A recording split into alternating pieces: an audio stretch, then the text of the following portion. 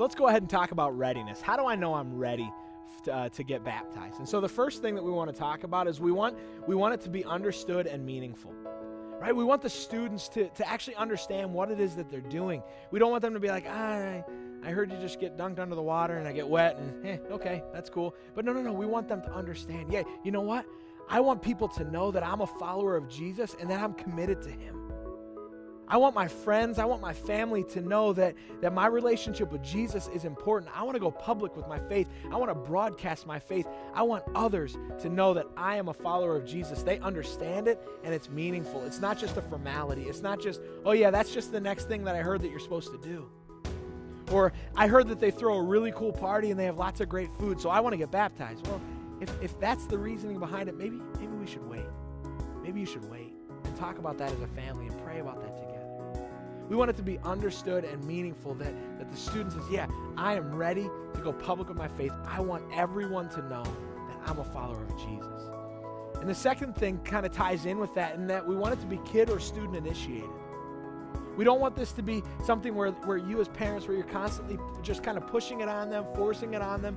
No, we want the kids or the students to be the ones saying, hey, Mom, Dad, you know what? I think I'm ready to be baptized. I think I want to go public with my faith. I think I'm ready for it. I think I'm ready. It's not just for a parental comfort where you as a parent are able to just kind of check the baptism box and be like, good, my kids are now baptized. I did my job. No.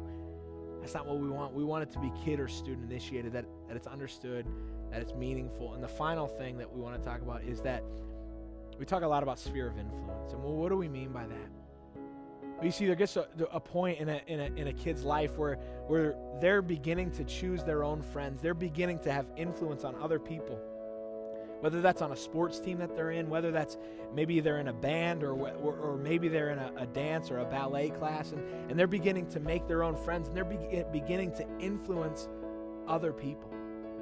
And so we want you to talk about that as if, do you have other friends, other kids that you're influencing, that you're having an influence on, that you're choosing your own friends, that your friends aren't just, well, yeah, my parents' friends, it's their kids. No. You're beginning to make your own friends, and you're beginning to influence others. So that when we have baptism, we don't want it just to be a family reunion. We want to see kids that are on your sports teams, kids that are in your ballet classes, kids that are in your band, kids that are in your school classes, the neighborhood kids that you're friends with, that they're coming to the baptism because you're having an influence on their lives. Right? That's what we're talking about. And so kind of looking through, is it understood and meaningful? Is it kid or student initiated in that sphere of influence? Talk about that as a family.